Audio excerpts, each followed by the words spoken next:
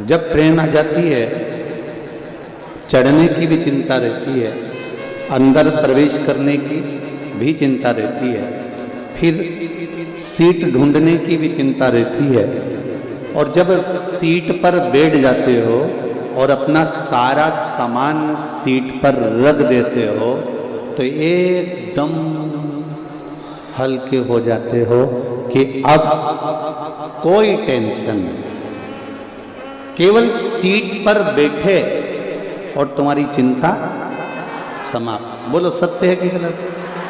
जब तक नहीं बैठे थे तब तक टेंशन में थे, और जैसे ही सीट पर बैठे चिंता समाप्त हो जाती है। उसी तरह जब तक महादेव के मंदिर में, शिवालय में, देवालय में जाकर नहीं बैठोगे तब तक टेंशन बना रहेगा। जिस दिन बैठ गए चिंता समाप्त, टेंशन समाप्त हो गई। आप बस बैठे और आपकी चिंता समाप्त हो। मैंने तेरे ही भरोसे, ओ बाबा तेरे ही भरोसे, हवा भी उड़ती जावांगी बाबा, डोर तू छड़ी ना मैं कटी जावांगी बाबा, मैं तेरी पतंग शंभू, मैं तेरी पतंग। एक तो तुम्हारी खुशी इतनी ज़्यादा है,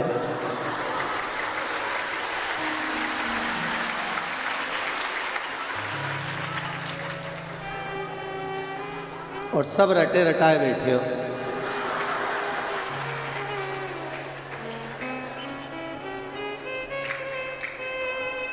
दूसरे के टेंट मत तोड़ देना, बस इतना सा निवेदन है तुमसे।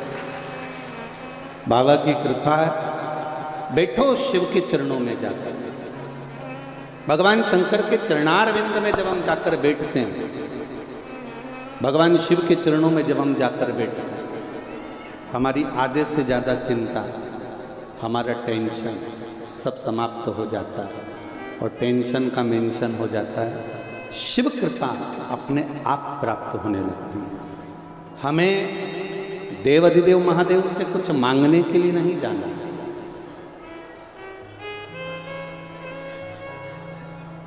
हमें देवाधिदेव महादेव से कुछ नहीं मांगने जाना, हमें तो केवल देवाधिदेव महादेव के पास में जाकर बैठना। आपको एक बहुत पहले एक बात कही थी कथा के माध्यम से, स्मरण में आप लोगों को होगा। पहले जो क्रीम आता था लगाने के लिए, वो ऐसे चौड़े मुंह के ढक्कन का आता था महाराज जी, ऐसा ढक्कन उसका होता था, उसमें अपनी उंगली उसमें डाल के ऐसा लगा लो और चुपड़ के बढ़िया हो जाए। अब वो क्रीम आना बंद हो गया, अब एक ट्यूब आता है। उस ट्यूब का नियम है कि उसको ऊपर से नहीं दबाना है, नीचे से थोड़ा सा दबा। तो जैसे ही अपन नीचे से दबाओ नहीं तो ट्यूब निकल के भबक से बाहर, तुरंत, और फिर निकाल लो, लगा।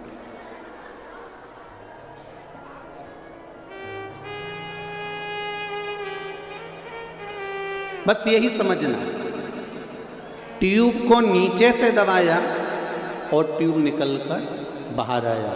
उसी तरह माता, पिता, गुरु, शिक्षक और परमात्मा, इनके चरणों को दबाया और इनका आशीर्वाद निकल कर बाहर आया।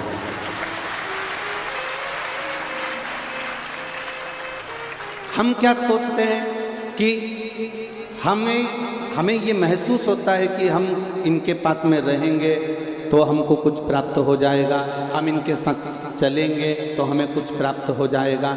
यहाँ तक शिव महापुराण की कथा कहती है, बारंबार कहती है कि आप चरणारविंद को जब पकड़ लोगे, आप भगवान के चरणों को जब साध लोगे, पकड़ लोगे, उसके चरणारविंद तक पहुँच जाओगे तो सुख का अनुभव हो जाएगा।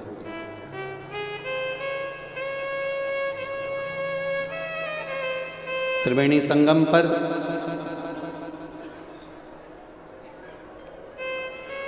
माँ यमुना जी के घाट पर,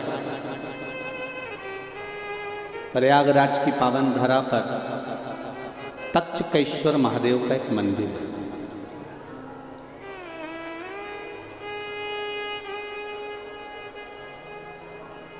जो शायद पूरी दुनिया का एक ऐसा मंदिर है जहां पर बैठकर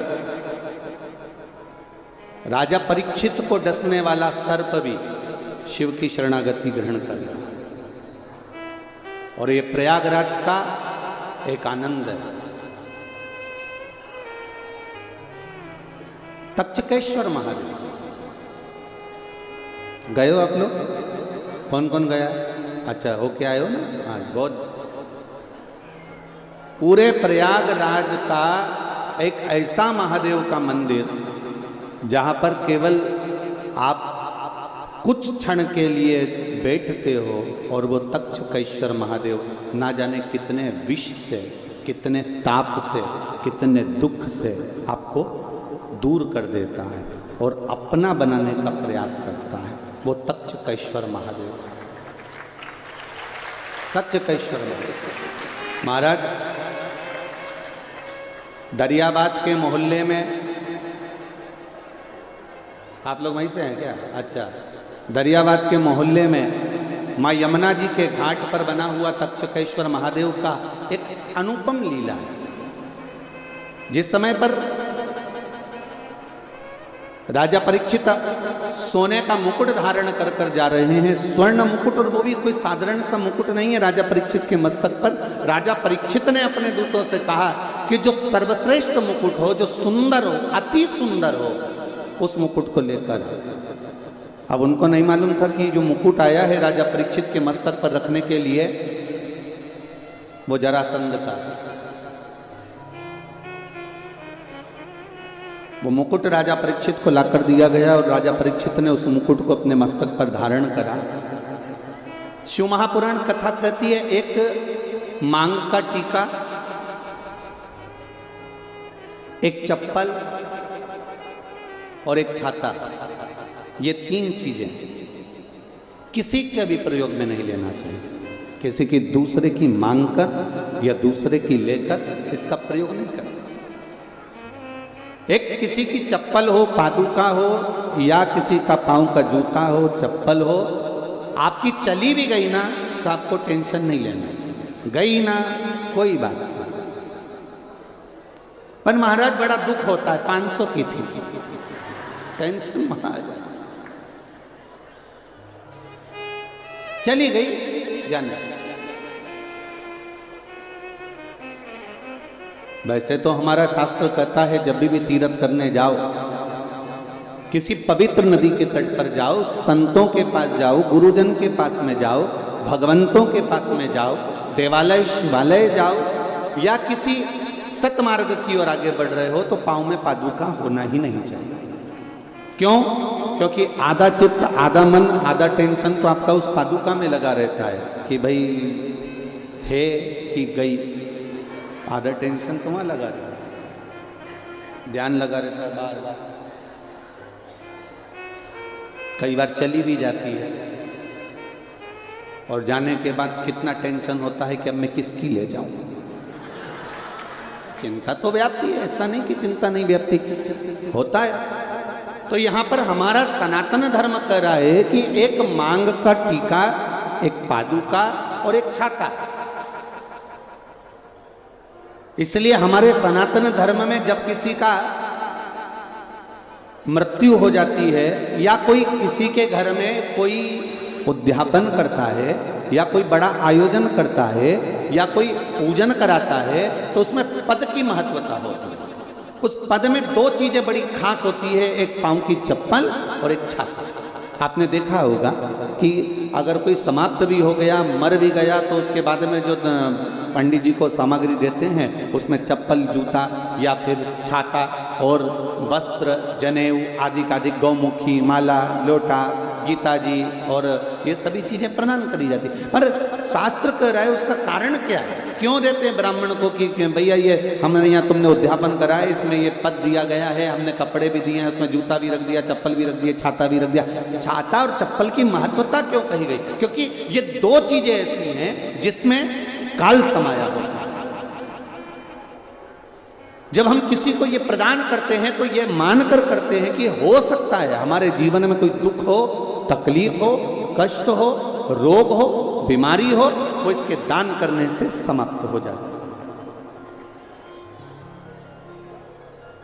राजा परीक्षित के मस्तक पर सोने का मुकुट आया, वो भी जरासंध का आया और वो जरासंध का मुकुट राजा परीक्षित पहनकर इतने आनंदित हो गए, इतने आनंदित हो गए, उनको लगा ये रतन से जड़ा हुआ है, ये हीरे से जड़ा हुआ है, बड़ा सुंदर है, बड़ा सुंदर है। उनको कितना प्रसन्नता होती है, कितनी प्रसन्नता होती। कई लोगों को सुंदरता का स्वरूप देखकर कई लोग अगर ज्यादा सुंदर होते हैं तो दर्पण के सामने लगे होते हैं।